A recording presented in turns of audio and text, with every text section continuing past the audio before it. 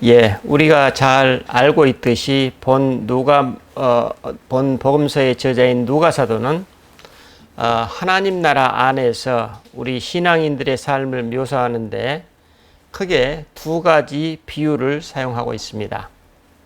그 하나는 우리 인생을 하나의 길, 즉 여행 혹은 여정으로 묘사하고 있고, 또 다른 하나는 우리 삶을 하나의 식탁, 즉 잔치로 묘사하고 있습니다. 그리고 누가복음의 마지막 장 24장에서는 엠마오로 가는 길이라는 이 에피소드에서 이 땅에서의 삶의 여정, 즉 길과 식탁이 함께 만나는 장면으로 마무리하고 있습니다. 오늘 본문 누가복음 14장 1절에 보면 안식일에 예수께서 한 바리새인 지도자의 집에 떡 잡수시러 들어가시니 그들이 엿보고 있더라 라고 그 일화를 소개하고 있습니다. 그런데 우리가 기도 모임에서 배웠듯이 이스라엘에게 있어서 안식일이란 무엇입니까? 그것은 내세에 맛보게 될 영원한 안식을 이 땅에서 어떤 그림자로서 맛보고 경험하는 날로서 하나님이 친히 제정하신 날입니다. 그런 의미에서 오늘 본문의 안식일은 하나님 나라와 그 나라의 속성, 즉 영혼을 상징하는데 그 영혼을 안식일에 언뜻 스치듯이 경험하는 것입니다. 그래서 유대인 신학자 아브라함 헤설은 안식일을 시간의 모습을 하고 있는 영이라고 그의 저서 안식에서 표현하고 있습니다. 그러므로 그는 말하기를 한 찰나의 영혼의 현존을 감지하려면 시간의 경이로움에 압도당할 줄 알아야 한다라고 설파하고 있습니다. 그래서 그는 우리의 삶은 일곱째 날을 향한 순례의 여정이다. 우리가 어떤 사람이 될지는 안식일이 우리에게 어떤 날이 되느냐에 달려있다 라고 말하고 있습니다. 그래서 그는 한 주 내내 안식일을 동경하는 것이야말로 한평생 영원한 안식을 동경하는 하나의 형식이다. 그래서 사물을 탐내지 말고 시간 속에 있는 것을 탐내라. 한 주 내내 일곱째 날을 탐내라. 하나님도 그 날을 탐내셨다라고 가르치고 있습니다. 이런 맥락에서 그는 십계명의 의미를 다음과 같이 설명하고 있습니다. 영혼의 한순간에 노예 출신의 이스라엘 백성은 구원을 생생히 맛보면서 10개의 말씀, 십계명을 받았다. 십계명은 처음부터 끝까지 인간의 해방을 다루고 있다. 방금 말씀드렸던 사물을 탐내지 말고 시간을 탐내라는 의미와 십계명이 맞닿아 있습니다. 오늘 저는 이 같은 안식일에 대한 선 이해를 가지고 오늘 본문을 여러분과 함께 살펴보고 싶습니다. 방금 설명드린 바와 같이 이 같은 안식일에 대한 이해를 바탕으로 누가가 전하고 있는 오늘 일화의 첫머리를 우리 한번 살펴보십시다. 안식일에 예수님이 한 바리새인 지도자의 집에 식사 초대를 받으신 것입니다. 한마디로 예수님은 그가 주최하는 하나님 나라의 잔치에 초대받으신 것입니다. 그런데 그들은 손님을 초대해 놓고 손님께 극진한 대우로 예우로 대하는 것이 아니라 예수님을 예의주시하면서 엿보고 있었던 것입니다. 그렇죠. 차라리 손님으로 초대하지를 말든지. 좀 초대받은 사람에게 극도의 무례를 지금 범하고 있는 것입니다. 그래서 이들의 속내를 간파하고 계신 예수님이 당신의 맞은편에 앉아있는 수종병 걸린 한 사람을 보시면서 그 자리에 율법 교사들과 바리새인들에게 질문하십니다. 안식일에 병 고쳐주는 것이 합당하냐 아니하냐. 예수님의 질문에 그들이 침묵합니다. 이에 예수님이 그 사람을 고치시고 집으로 돌려보내십니다. 그리고 그 자리의 사람들에게 말씀하십니다. 너희 중에 누가 그 아들이나 소가 우물에 빠졌으면 안식일에라도 곧 끌어내지 않겠느냐. 그들은 예수님의 이 질문에 아무런 대꾸도 하지 못합니다. 어떻습니까? 이 식사 자리에서 보여지고 있는 분위기가 어떻습니까? 어느 누군들 식사에 초대받았는데 사람을 그처럼 무례하게 대한다면 심기가 불편해지지 않겠습니까? 예수님은 그 자리에서 경험하신 그 불편한 심기를 당신을 초대한 사람과 그 자리에 함께 초대받은 사람들의 그 내적인 리얼리티와 그 상황에서 묻어나는 삶의 실제를 폭로하십니다. 먼저 함께 초대받은 사람들에게 예수님이 말씀하십니다.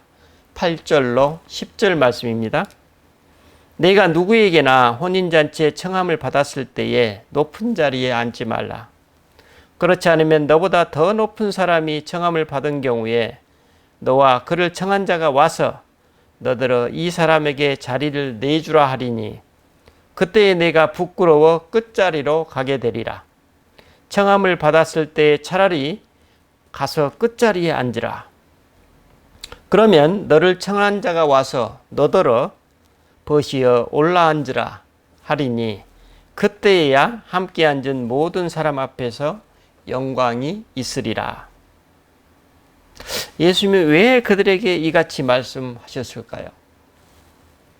제가 짐작하기로는 초대받은 이들 상당수가 예수님의 남루한 모습을 보고 당신을 무시했던 것 같습니다.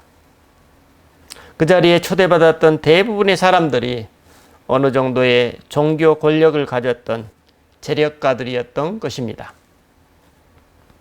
아마도 그들은 뒤늦게 와서 예수님을 무시하듯 대하며 서로 상석을 차지하려 했던 것 같습니다. 그리고 그들을 초대했던 집주인 역시 그들에게 말 한마디 못하고 그들의 무례를 방치했던 것으로 보입니다. 예수님은 이러한 그들의 모습을 보시고 하나님 나라에서 상석에 앉을 사람과 말석에 앉은 사람은 이 땅의 기준, 즉 권력과 재물이 아님을 일갈하십니다. 그리고 예수님은 곧바로 하나님 나라에서의 질서를 일깨워 주십니다. 어떤 질서입니까? 그렇습니다. 무릇 자기를 높이는 자는 낮아지고 자기를 낮추는 자는 높아지리라. 무슨 말씀인가요?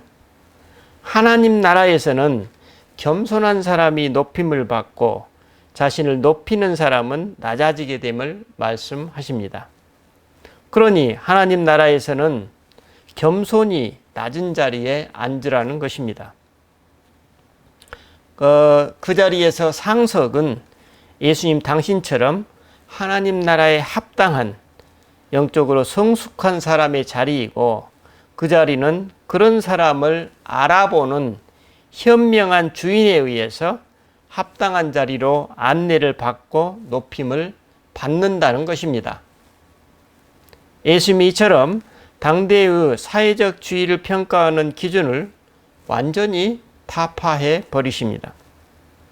사실 하나님 나라의 자녀들이라는 그들은 전혀 하나님 나라를 살고 있지 않고 있음을 폭로하시는 것입니다. 그런데 그런 가치관을 가진 하객들을 대하는 집주인, 바리새인 지도자의 모습은 어떻습니까? 그는 예수님을 어떻게 대해야 할지, 더구나 그 예수님을 하대하는 초대객들을 어떻게 대해야 할지 전혀 감을 잡지 못하고 있습니다. 그는 현명한 주인이 아니었던 것입니다. 그는 하나님 나라에서 상석에 앉을 만한 사람을 알아볼 수 있는 분별력도 없었고, 설사 알고 있었다고 할지라도 어떤 친교나 사교 혹은 비즈니스 차원에서 사람을 초대했기 때문에 서로 상석을 탐하는 그 무례한 사람들을 제지하지 못했던 것입니다. 그래서 예수님이 말씀하십니다. 12절로 14절입니다. 또 자기를 청한 자에게 이르시되 내가 점심이나 저녁이나 베풀거든 벗이나 형제나 친척이나 부한 이웃을 청하지 말라. 두렵건대 그 사람들이 도로 너를 청하여 내게 갚음이 될까 하노라. 잔치를 베풀거든 차라리 가난한 자들과 몸 불편한 자들과 저는 자들과 맹인들을 청하라. 그리하면 그들이 갚을 것이 없으므로 내게 복이 되리니 이는 의인들의 부활 시에 내가 갚음을 받겠습니다. 한마디로 뭡니까? 이웃들을 하나님 나라의 잔치에 초대하려거든 초대자는 자신의 사회적 필요에 따라 비즈니스적으로 접근하지 말고 진정성 있는 선의로 사람들을 초대하라는 것입니다. 만약 초대받은 사람들이 갚을 것이 없는 사람들이라면 바로 그 점이 당신의 진정성으로 드러나고 그 진정성이 당신에게 복이 될 것이라는 메시지입니다. 너무나도 전곡을 찌르는 말씀입니다. 이 땅에는 없는 역설적인 하늘의 복입니다. 하늘의 소리입니다. 예수님의 이 말씀은 하나님 나라의 공의와 자비와 양선의 관점에서 내용성 없는 거래적 관계와 인간 영혼 깊은 곳에 기쁨과 감사를 자리 잡게 하는 진정한 선대의 모습이 대비를 이루고 있습니다. 선물로 포장된 거래와 선물이 진정 선물로 경험되는 아름다움이 어떻게 다른지 일깨워 주시는 말씀입니다. 다시 말해 비즈니스적 이해관계의 차원에서 이웃에게 선대하는 것은 그 선의를 다시 되돌려 받음으로써 그 선의가 거래로 변질되어 버린다는 것입니다. 예수님이 보시기에 이것은 하나님 나라와 전혀 관계가 없다는 것입니다. 그래서 예수님은 그 선의가 거래로 변질되는 것을 뭐예요? 두렵건대라는 용어로 표현하십니다. 겉보기에는 그럴듯하지만 그 선대가 진정성에 있어서는 실속 없는 빈 깡통 같은 삶이라는 의미입니다. 하지만 이해관계를 넘어서 순전한 선의가 선 그 자체로 전달되고 받아들여질 때 그것은 선을 행한 사람이나 그 선의 수혜자나 복이 된다는 말씀입니다. 우선 그 선을 실천하는 사람은 자신도 모르게 하나님 자녀로서의 자존감을 누리게 되고 하늘의 기쁨과 감사를 이 땅에서 누리게 됩니다. 이건 아주 우리 내면 깊은 곳에서 경험되기 때문에 그 자신도 모르게 경험되는 것이죠. 이런 경험은 그 사람으로 하여금 내세를 바라보는 태도에 있어서도 그대로 반영이 되고 천국을 매우 자연스럽고 당연하게 받아들일 것입니다. 그 사람은 이 땅에서도 내세에서도 하늘의 복을 누린다는 메시지입니다. 예수님은 여기서 잔치를 베푸는 자도 그 베품을 받는 자도 서로 주고받는 거래인 사교 모임과 잔치의 시혜자도 그 베품을 받는 자도 선물이고 사랑이고 기쁨이고 감사인 하나님 나라의 잔치가 어떻게 다른지 그들의 모습을 통해 일깨워 주십니다. 예수님은 선을 선으로 베푸는 것, 선을 선으로 받는 것, 이것이 바로 하늘의 복이라고 말씀하십니다. 그래서 이 땅에서 누리는 그 같은 하늘의 복은 영원히 사라지지 않고 의인들이 부활할 때에 그 사람에게 다시 갚음이 될 것이라고 말씀하십니다. 그러니까 이들은 이 땅에서와 부활의 때 모두 이중으로 복을 누린다는 의미입니다. 하지만 안식일의 참된 의미를 모르는 바리새인들에게는 이 같은 본질적 의미의 선과 그 혜택에는 무지했던 것 같습니다. 그렇다면 예수님이 말씀하신 그런 삶과 복을 누가 누릴 수 있을까요? 이는 그런 삶을 실제로 살아가고 있는 사람만이 그것을 알 수 있는 진리죠. 진리로서 알 수 있겠죠. 그리고 실제로 이렇게 살아가고 있는 사람만이 그렇게 말할 수 있는 삶의 원리입니다. 어쩌면 우리는 이따금씩 일시적으로 그처럼 실천하기도 하고, 또 어떤 사람들은 그런 여력이 있을 때 잠시 일정 기간 실천하기도 합니다. 하지만 자신의 전 삶을 이처럼 살아가기는 쉽지 않습니다. 여러분, 그런데 예수님은 바로 이런 삶을 당신이 친히 사셨습니다. 특별히 그분은 십자가를 통해 우리가 갚을 수 없는 선물을 주셨고, 그 은혜를 갚을 수 없는 우리를 그야말로 말 그대로 대가 없이 선대해 주셨던 것입니다. 갚을 길 없는 사람들이 성도의 삶, 이 땅의 삶이 갚을 길 없는 사람들. 그래서 우리는 지금 그분의 사랑에 조금씩 응답하려고 애쓰고 있는지 모르겠습니다. 그것이 성도의 삶, 이 땅의 삶이 아니겠습니까? 예수님 바로 이러한 삶의 원리를 살아가는 삶을 가리켜서 이 땅에서 누리는 하늘의 복이라고 말씀하십니다. 그래서 예수님은 여기서 손님을 청하려거든 그 초대에 답례할 수 없는 가난한 사람들을 청하라고 말씀하십니다. 왜냐하면 그들에게는 그 초대가 진정 집주인이 자신들에게 주는 선물일 것이기 때문입니다. 그들에게는 그 초대가 자신들을 향한 진정한 선대이기 때문입니다. 그리고 이처럼 손님을 청하는 사람도 역시 남들이 잘 알지도 못하고 빼앗기지도 않을 그야말로 하늘의 복을 누리게 됩니다. 이러한 선대의 행위는 그 선행 자체가 그 사람 속에 하나님 자녀로서의 자존감과 자유, 그리고 아주 깊고 정미한 사랑과 기쁨을 심어주게 됩니다. 그 사람 존재 자체가 복이 되는 것입니다.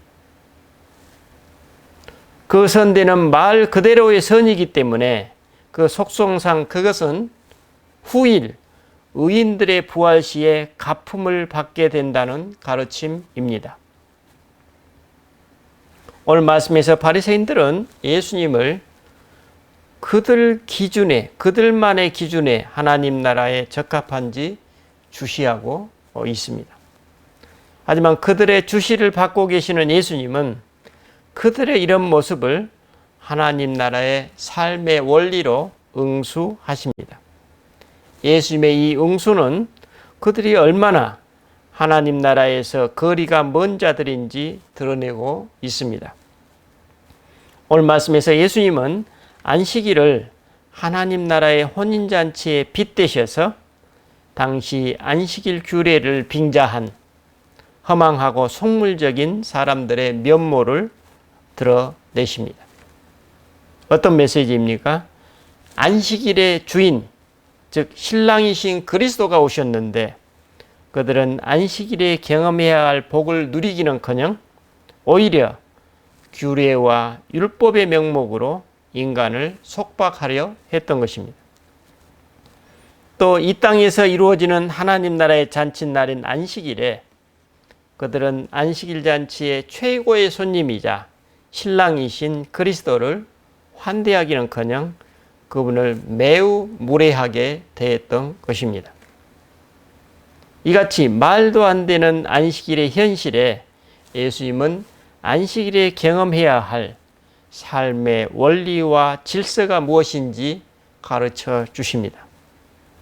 예수님은 그 자리에서 수종병 걸린 사람을 치유하셔서 안식일은 인간의 영육이 속박에서 해방되는 날임을 친히 보여주십니다.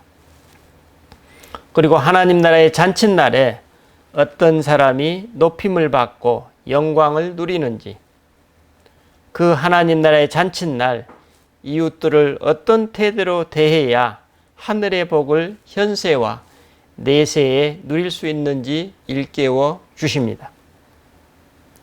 그런 복을 누릴 수 있는 사람은 하나님께 겸손하고 순전한 사람, 선을 선 그 자체로 행하는 사람, 선을 선으로 받아들이는 사람이라고 가르쳐 주십니다. 여러분, 우리는 이 땅에서 섬김과 사랑이라는 미덕의 삶으로 부름받은 사람들입니다. 이러한 미덕이 우리 자신과 상대방 모두에게 복이 되려면 나의 이해관계를 떠나보내고 미덕 그 자체를 추구하라고 말씀하십니다. 아마도 그런 삶이 우리 안에 잘 자리 잡으려면 우리는 부지불식간에 이해관계의 얽힘에 사로잡히려는 그 순간순간에 늘 깨어 있어야 할 것입니다. 이처럼 맑게 깨어 있을 때 그 순간순간의 선행에서 내어주는 하늘의 맛이 이해관계라는 강력한 위력을 펄짝펄짝 가볍게 뛰어넘을 수 있게 해줄 것입니다. 이렇게 펄짝펄짝 세상을 가볍게 뛰어넘는 사람이 누리는 기쁨은 어디서 구할 수도 없고 누가 빼앗아갈 수도 못하는 하늘의 복일 것입니다. 예수님은 바로 이것이 하나님 자녀들이 안식일에 경험해야 될 하늘의 복이라는 메시지입니다. 여러분, 오늘 나는 주님의 날인 주일을 어떻게 맞아들이고 무엇을 경험하고 계십니까? 한 주간 동안 저와 여러분이 깊이 성찰해보는 그런 기회가 되기를 바랍니다. 기도하십시다.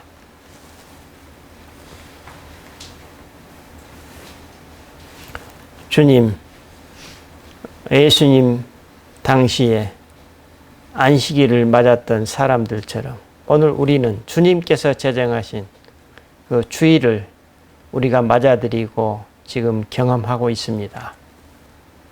지금 오늘 이 주일이 하나님 안에서의 진정한 선의와 사랑과 기쁨과 자비의 날로 우리가 경험하고 있는지 돌아보게 됩니다.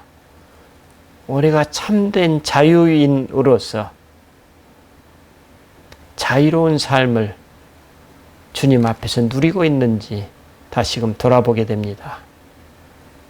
주님, 주일날 이해관계에 사로잡혀서 지나치게 머리를 쓰고 신경을 쓰는 것이 아니라 그 모든 것을 주님 안에서 주님과 함께 주님의 평화를 누리는 주일 본연에 누려야 할 복을 우리 모두 잘 누릴 수 있는 그런 은총을 허락하옵소서. 감사드리고 우리 주 예수 그리스도 이름으로 기도드립니다. 아멘.